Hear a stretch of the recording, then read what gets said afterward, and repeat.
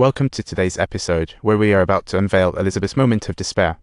So the wildly imaginative Catherine, along with the gentleman, actually lifted Sir Peter the Great's, but just as they lifted it, the gold medals that covered Peter's eyes fell off and his eyes were wide open. Talk about being shocked. Watching this scene, daughter Elizabeth dropped her jaw in disbelief, wondering why her mother had gone so mad. Meanwhile, on the other side, the Senate decided to vote for a new emperor, thinking that since they couldn't find a will, let the Senate decide instead. But these folks aren't on the same team. Some support Catherine becoming the empress, and others support Peter the Great's grandson, so it's a total mess. What a laugh. Poor Elizabeth, the legitimate heir, but she's got no support from the elders. How ironic. Thankfully, the scribe Osterman didn't hand over the will to those powers that be. She wanted to help Elizabeth ascend, but Elizabeth, lost in sorrow over her father's passing, hardly cared about such things. She immediately told Osterman to give the will to her mother for her to decide. But Osterman was having none of it. With a serious face, she said, "If this will reaches Catherine, the outcome will vanish like a game, leaving only her."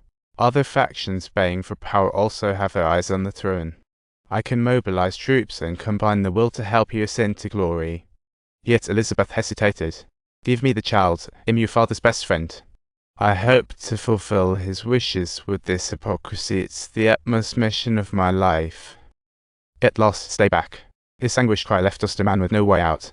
"What shall we do? Betray Peter the Great?" Osterman decisively steeled her heart.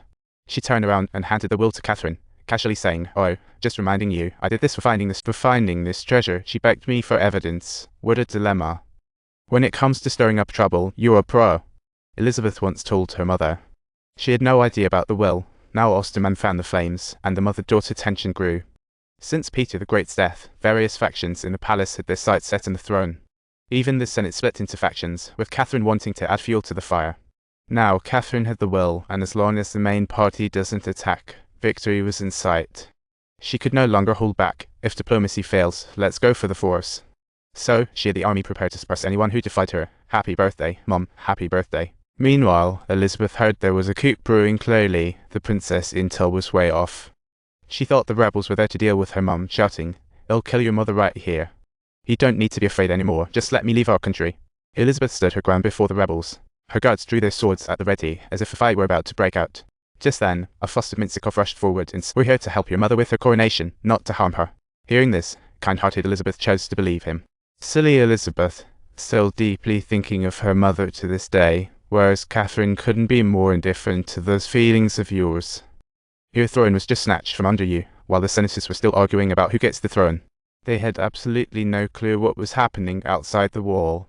The sudden uprising of the rebels left these veterans utterly paralyzed in fear. These nobles were used to just shuffling papers in the office, never seen such a scene, a total comedy. Then someone in the crowd shouted "Long live," and after that, everyone else joined in. Seeing everyone shouting "Long live," her joy couldn't be contained. Her dream of being empress finally came true. It seems that to become an emperor in Western countries, one must forcefully suppress the Senate, just like Caesar or Napoleon. Suppressing the Senate seems like an unwritten rule. Catherine, the new empress' first order of business was to dissolve the current Senate and build a new one. But the new Senate will have very limited power, only handling minor matters, while the real governance was with the secret chancellery. Only the empress can give orders, and the secret chancellery members are her trusted aides. No chance for error. Additionally, there's something absolutely crucial. She must not let the world know of the will's existence, as the consequences could be dire. What course of action should she take?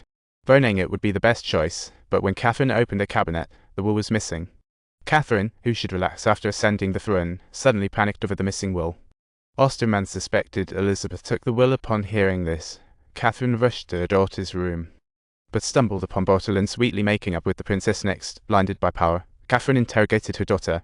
"Did you steal the will?" Elizabeth was bewildered, having no clue what her mother was talking about. But Catherine insisted. "You definitely stole the will," and immediately lashed out. No wonder she was so upset. She gained power through military suppression, with so many still dissenting. If the will got out, her throne would be in jeopardy.